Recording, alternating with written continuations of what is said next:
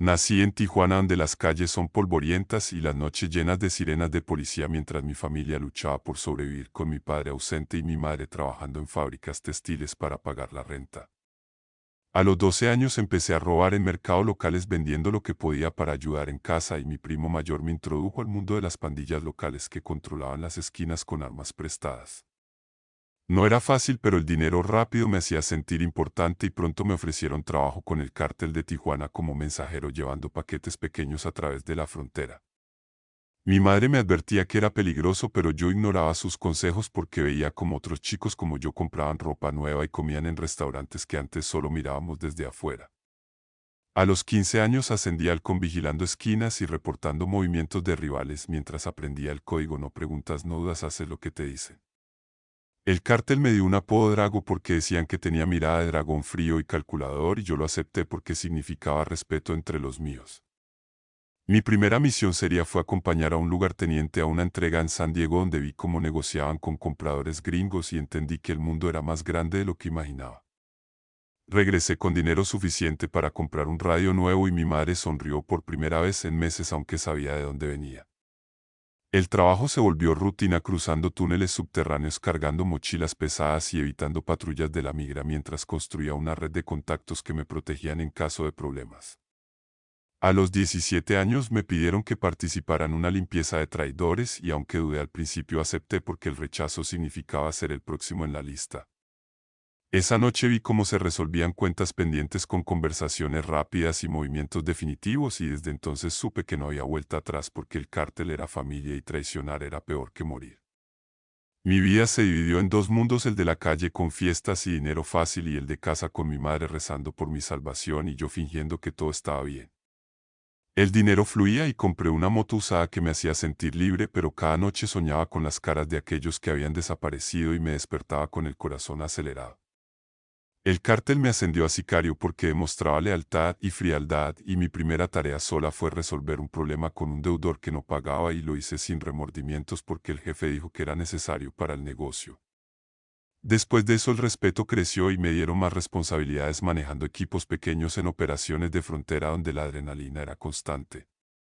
Mi primo que me introdujo murió en una emboscada de rivales, y yo vengué su muerte siguiendo órdenes que me llevaron a lugares que nunca imaginé. La vida parecía perfecta, con dinero, mujeres y poder, pero en el fondo sabía que era una cuerda floja que podía romperse en cualquier momento. El cártel de Tijuana luchaba contra Sinaloa, y cada guerra significaba más trabajo, más riesgo, más noches sin dormir. Finalmente entendí que ser sicario no era solo matar, sino vivir con el peso de cada decisión en la espalda. Los recuerdos de mi infancia en las calles de Tijuana se repetían como una película vieja que no podía pausar mientras manejaba por las noches con cargamentos que pesaban más que cualquier paquete. Mi madre nos crió con historias de un México mejor que nunca vimos, pero que creíamos posible porque mi primo lo prometía siempre. Cuando mi padre desapareció, mi madre trabajó doble turno trayendo comida que apenas alcanzaba, mientras yo cuidaba de mis hermanos menores, aprendiendo a sobrevivir con poco. La escuela era opcional y la calle mi verdadera educación, donde aprendí a leer mapas, a negociar con vendedores ambulantes, a esconderme de la policía. Cada esquina guardaba un recuerdo: nuestro jugando fútbol con latas, compartiendo un taco que era todo nuestro alimento del día. El cártel llenó el vacío con órdenes y dinero, pero nunca con el calor humano que mi familia proporcionaba antes de desintegrarse. Cada ascenso en la jerarquía era un paso más lejos de quien fui y más cerca de convertirme en la máquina que necesitaba. La búsqueda de mi padre desaparecido se convirtió en obsesión, siguiendo rumores que llevaban a nada mientras trabajaba más duro para tener recursos. Los compañeros notaban mi dedicación, pero la atribuían al deseo de poder, cuando en realidad era el deseo de estabilidad familiar. Finalmente entendí que el cártel era mi nueva familia, aunque sabía que era una familia que devora a sus hijos. Después de mi primera tarea como sicario, el cártel me integró completamente, dándome acceso a reuniones con los jefes donde aprendía cómo funcionaba el negocio, desde las finanzas hasta las alianzas con otros grupos. Me convertí en lugarteniente a los 22 años, manejando un equipo de 5 hombres en operaciones de Tijuana y San Diego, mientras construía una reputación de confiable y discreto. El dinero era abundante y compré una casa pequeña para mi madre, decorándola con muebles nuevos para que se sintiera orgullosa, aunque nunca le dije dónde venía. Una noche el jefe me llamó a una fiesta privada donde conocí a la mujer que cambiaría todo. Ella era secretaria de logística con ojos que veían a través de las mentiras y una sonrisa que hacía olvidar el peligro. Nos vimos en secreto durante meses compartiendo historias de infancia y planes para salir del mundo que nos atrapó, y ella decía que el cártel era una telaraña de la que nadie escapa.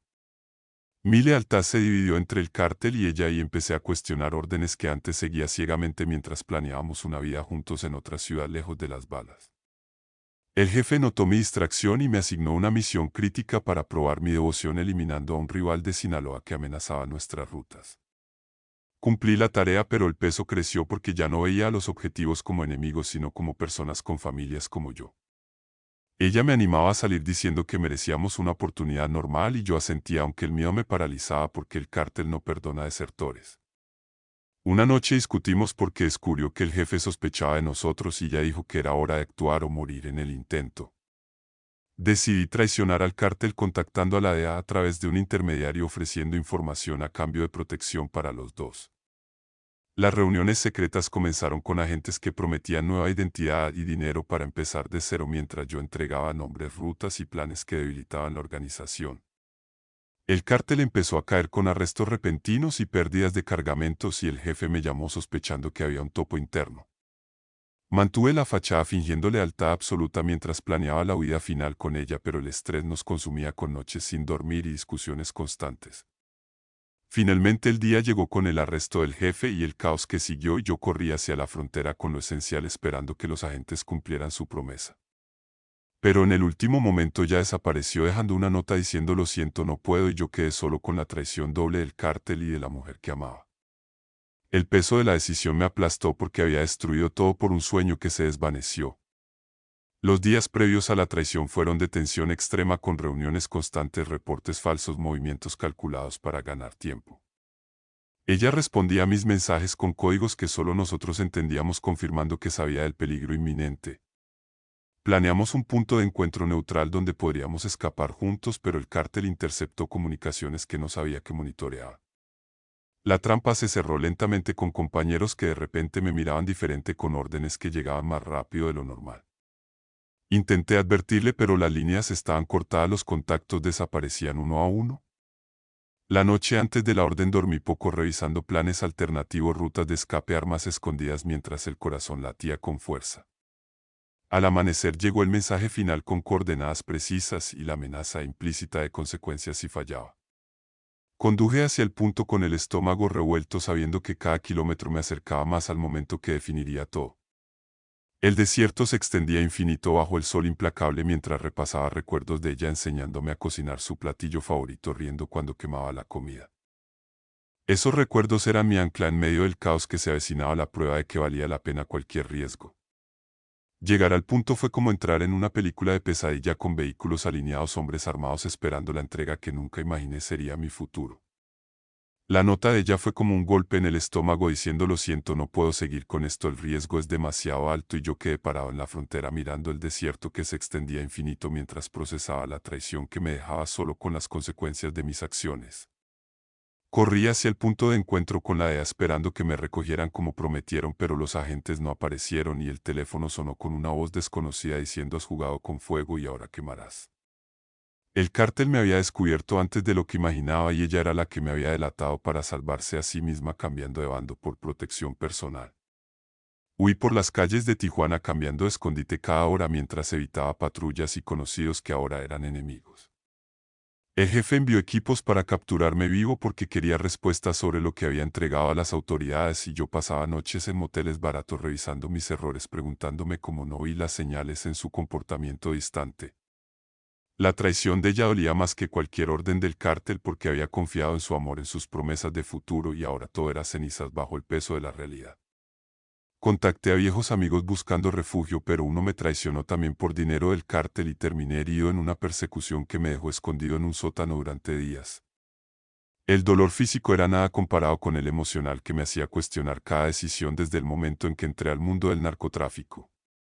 Finalmente me capturaron en una redada conjunta de DEA y autoridades mexicanas, donde me arrestaron con cargos por traición y cooperación con enemigos del Estado. En la cárcel enfrenté interrogatorios interminables donde conté todo sobre el cártel, sobre ella, sobre mis motivaciones, y las autoridades usaron mi testimonio para desmantelar redes enteras. Pero la libertad que prometían no llegó porque el cártel tenía influencia dentro y mi vida se volvió un ciclo de aislamiento y amenazas constantes. La traición de ella se reveló completamente cuando la vi en una audiencia como testigo en mi contra fingiendo sorpresa al verme, y mi corazón se rompió de nuevo al entender que todo fue un juego para su salvación. Los meses en prisión fueron de reflexión forzada donde escribía cartas que nunca envié confesando mi arrepentimiento por el daño causado a tantos. El cártel cayó en pedazos con arrestos masivos, pero yo pagaba el precio de ser el chivo expiatorio de sus errores. La soledad creció hasta que encontré consuelo en la fe hablando con un capellán que escuchaba sin juzgar y me ayudaba a procesar la culpa. Pero la traición doble del cártel y de ella dejó cicatrices que no sanaban fácilmente, haciendo que cada día fuera una lucha por no rendirme. Finalmente las autoridades me ofrecieron protección como testigo clave y entré al programa donde cambié de identidad y empecé una vida nueva lejos de todo. Pero el pasado seguía persiguiéndome en sueños y recuerdos que no se borraban. Los años en el programa fueron de adaptación constante, aprendiendo a vivir sin mirar por encima del hombro, cambiando rutas, revisando ventanas, esperando que el cártel me encontrara. La nueva identidad era un disfraz incómodo porque cada mañana me miraba en el espejo buscando al Drago que fui y no lo encontraba, solo un hombre cansado con ojos vacíos. El contacto con el mundo exterior era limitado, llamadas monitoreadas, visitas programadas y cartas censuradas mientras reconstruía una rutina que no incluía armas ni órdenes nocturnas. La traición de ella seguía doliendo como una herida abierta y escribía diarios confesando el amor que sentí y el odio que creció al saber que me usó para su salvación. El programa me dio terapia semanal donde hablaba de mi vida anterior, desahogando la culpa por las vidas afectadas por mis acciones en el cártel. Aprendí a cocinar, a caminar sin prisa, a disfrutar de un café sin miedo a que fuera envenenado, y poco a poco el mundo se volvió menos hostil. Pero el pasado regresaba en flashbacks de noches en Tijuana, de risas con compañeros que ahora estaban en prisión o muertos. El gobierno me asignó un contacto de seguridad que verificaba amenazas y me advertía de cambios en el panorama del narcotráfico mientras yo evitaba noticias que pudieran revivir recuerdos. Una noche recibí una carta anónima diciendo: sabemos dónde estás, y el pánico volvió haciendo que pidiera traslado a otra ubicación donde empecé de nuevo con vecinos desconocidos y un trabajo en una fábrica. La soledad era mi compañera constante y empecé a asistir a grupos de apoyo para exadictos y excriminales donde escuchaba historias similares a la mía, encontrando consuelo en la compartida redención. Después de entrar al programa de testigos protegidos me mudaron a una ciudad anónima en el interior del país con un nombre falso y un trabajo de oficina que pagaba lo justo para sobrevivir mientras aprendía a vivir sin mirar por encima del hombro. Los primeros meses fueron de paranoia constante, cambiando rutas, revisando ventanas, esperando que el cártel me encontrara a pesar de las promesas de seguridad. La nueva identidad era un disfraz incómodo porque cada mañana me miraba en el espejo buscando al Drago que fui y no lo encontraba, solo un hombre cansado con ojos vacíos. El contacto con el mundo exterior era limitado, llamadas monitoreadas, visitas programadas y cartas censuradas mientras reconstruía una rutina que no incluía armas ni órdenes nocturnas. La traición de ella seguía doliendo como una herida abierta y escribía diarios confesando el amor que sentí y el odio que creció al saber que me usó para su salvación. El programa me dio terapia semanal donde hablaba de mi vida anterior, desahogando la culpa por las vidas afectadas por mis acciones en el cártel. Aprendí a cocinar, a caminar sin prisa, a disfrutar de un café sin miedo a que fuera envenenado, y poco a poco el mundo se volvió menos hostil. Pero el pasado regresaba en flashbacks de noches en Tijuana, de risas con compañeros que ahora estaban en prisión o muertos. El gobierno me asignó un contacto de seguridad que verificaba amenazas y me advertía de cambios en el panorama del narcotráfico mientras yo evitaba noticias que pudieran revivir recuerdos. Una noche recibí una carta anónima diciendo: sabemos dónde estás, y el pánico volvió haciendo que pidiera traslado a otra ubicación donde empecé de nuevo con vecinos desconocidos y un trabajo en una fábrica. La soledad era mi compañera constante y empecé a asistir a grupos de apoyo para exadictos y excriminales donde escuchaba historias similares a la mía, encontrando consuelo en la compartida redención. El terapeuta me ayudó a perdonarme paso a paso, reconociendo que fui víctima de un sistema que me atrajo desde niño con promesas de poder. La vida se estabilizó con rutinas simples: levantarme temprano, trabajar, volver a casa, cocinar, leer libros que antes ignoraba. Pero la culpa persistía en sueños donde veía caras de aquellos a quienes lastimé y despertaba con lágrimas preguntándome si alguna vez sería libre de verdad. El programa terminó después de 5 años y me dieron ciudadanía y apoyo financiero para independizarme mientras mantenía contacto con autoridades para actualizaciones. Empecé a escribir mi historia anónimamente para advertir a jóvenes sobre el camino que tomé y el precio que pagué. La traición de ella se convirtió en lección sobre confianza y la del cártel en recordatorio de lealtad ciega. Hoy vivo en una casa modesta con un jardín pequeño donde planto flores que mi madre amaba y cada primavera pienso en cómo la vida podría haber sido diferente si hubiera elegido otro camino.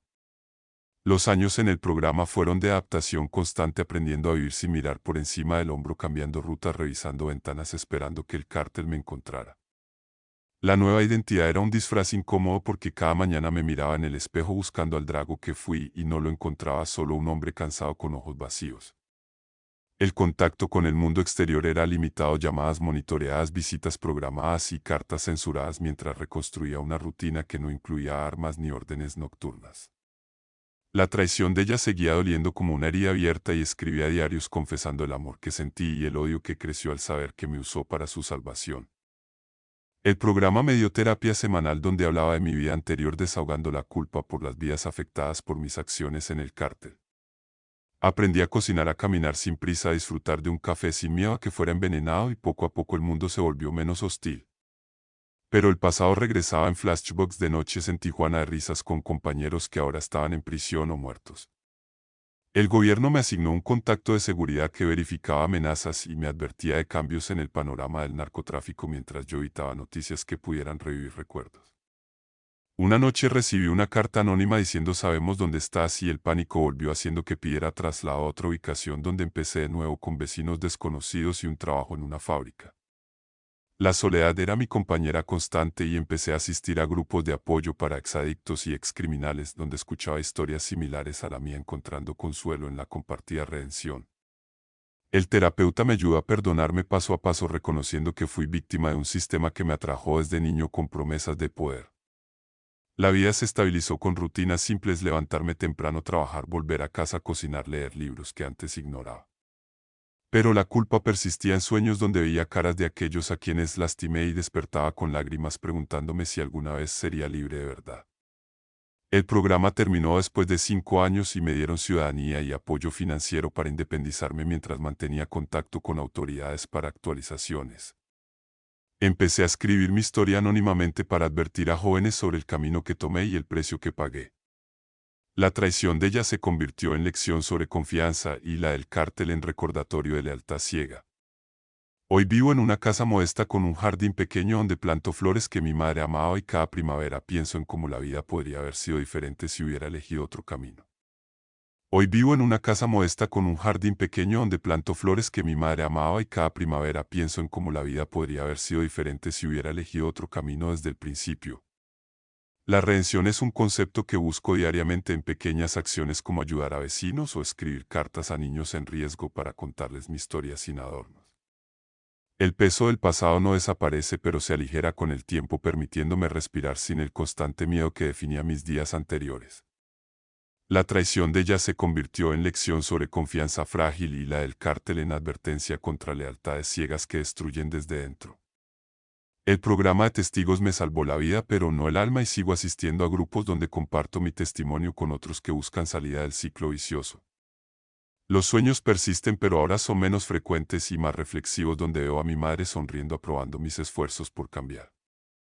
La escritura se volvió mi terapia, publicando anónimamente artículos en periódicos locales sobre los peligros del narcotráfico y el costo humano detrás de las noticias. Encuentro paz en la rutina diaria, caminando por parques, leyendo en bibliotecas, conectándome con la comunidad sin revelar mi pasado. El contacto con autoridades es mínimo, solo actualizaciones anuales que me mantienen alerta pero libre. La vida se llenó de pequeñas alegrías como cocinar para amigos o visitar museos que antes ignoraba por completo. La culpa evoluciona de peso aplastante a recordatorio motivador que me impulsa a educar y prevenir que otros caigan en la misma trampa.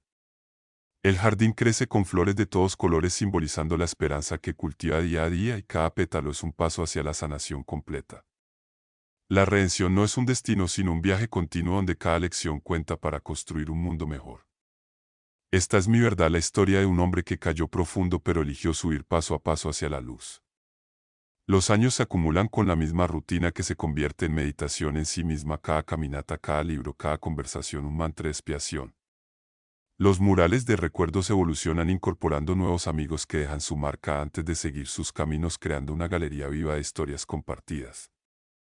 Mi madre en mis conversaciones internas se convierte en guía espiritual, ofreciendo consejos que aplicaba en mi vida diaria dentro de los límites de mi nueva realidad. Los contactos nuevos traen historias del mundo exterior que comparto con mi madre, analizando cambios sociales políticos que afectan a los que dejamos atrás. Mi rol como mentor se expande organizando grupos de discusión, talleres de escritura, sesiones de reflexión que ayudan a otros a procesar sus traumas. La comunidad reconoce mi contribución, otorgándome confianza que uso para mejorar las condiciones de los demás. Finalmente entiendo que la redención verdadera está en el impacto positivo que genero dentro de estos límites, transformando mi error en catalizador de cambio. Mi madre sonríe desde los recuerdos, aprobando cada paso que doy hacia la sanación colectiva que incluye la mía propia. Esta casa que comenzó como refugio se convierte en santuario, donde la culpa se transmuta en propósito, donde el dolor se convierte en enseñanza, donde la pérdida se transforma en legado. Los años se acumulan con la misma rutina que se convierte en meditación en sí misma, cada caminata, cada libro, cada conversación, un mantra de expiación.